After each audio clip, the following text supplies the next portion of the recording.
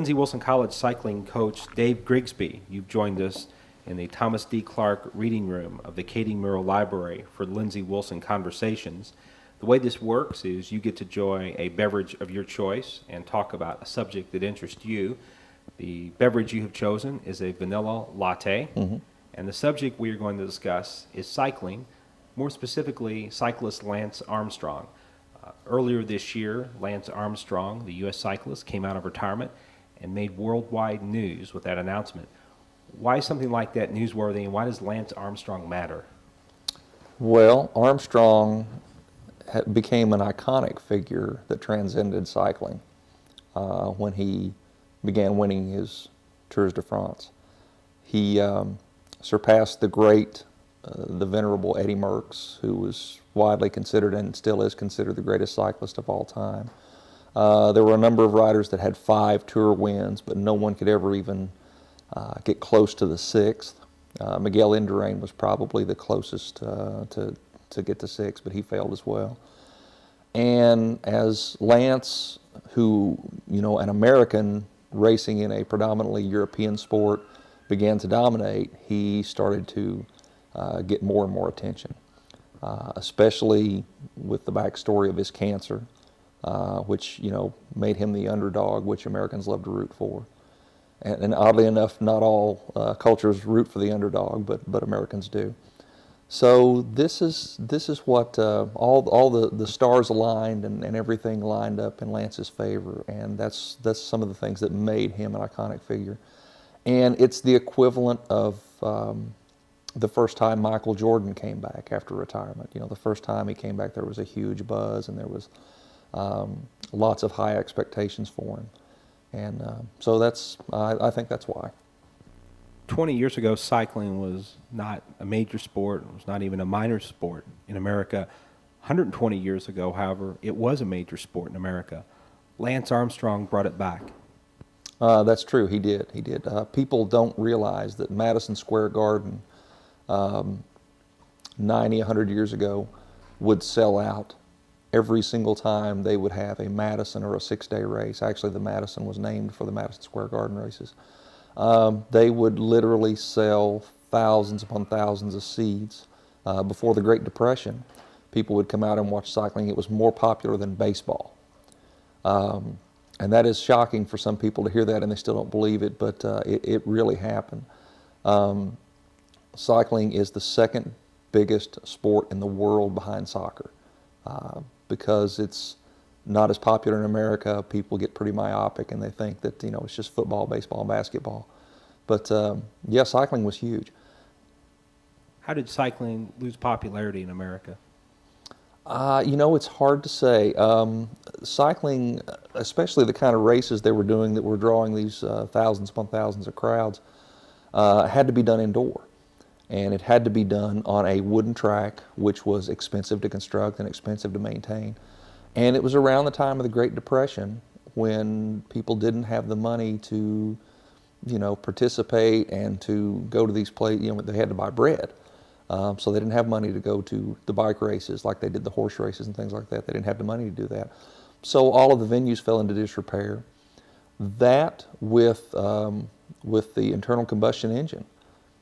Suddenly bicyclists had the road, well, at first they had the road to themselves, them and the horses. And when cars started coming around, the cyclists started getting hit and getting run over, and people were afraid to ride, and all these things helped bring about the demise of the sport, so to speak. Greg LeMond had a bit of a hand in raising awareness in the early 90s, 89 to 93, I believe, was when the peak of his career. And so he kind of got the ball rolling as the first American to ever win a Tour de France. And so it wasn't a complete surprise or a complete out of left field when Lance Armstrong began having his success. People were, at least middle-agers, had the memory of Greg LeMond in mind and were easily able to embrace Lance Armstrong. It seems that cycling has enjoyed a renaissance in America on 2 levels. One is a sport. You're the coach of several dozen college cyclists here at Lindsey Wilson College. Yes. But it's also enjoyed a renaissance as an activity or a recreational activity in the United States as well. It has. Americans are fat, and they're getting fatter, and you know the health craze, which is taking place. It started, I think, in the '70s, maybe even earlier than that. But people are realizing that it's not just quantity of life; they want a better quality of life. So people start going to the gyms and start working out, and what they quickly find is, if there's an activity out there that they're not genuinely enjoying, if it's something that's forced on them like a chore, they will not stick to it. Some may make it a few weeks, some may make it a few months, some may make it even a couple of years. But if it's not something that they really have a love for, they're not going to stick to it. When people find a sport, a lot of people golf, when people want to get in shape, lose weight, increase their cardiovascular endurance and their overall health, some take up running. Some find out that their joints can't take it, but everybody can cycle. There's no age limit. I've been on many group rides and organized rides where there were people in their 90s out there doing this sport. You can do it for a lifetime.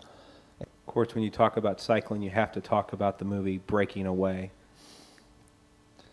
That's right, Breaking Away, Academy Award-winning movie, I might add. If you've never seen it, you got to go see it. It's terrific. No cyclist on earth has not seen and loves that movie. It has a great story.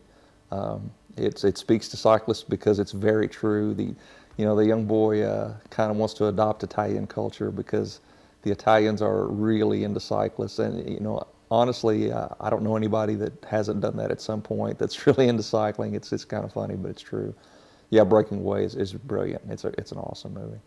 Is it true that if you find an American city that promotes cycling among its residents, that you'll find an American city that's plugged into the 21st century economy and that is a progressive city? Yes, it's true. Cities like Portland, Oregon, Seattle, Washington, I think maybe Austin, Texas. These cities have just wholeheartedly adopted cycling. They are building bike paths. They are granting trail access. You only see this in progressive cities. You're not gonna see it as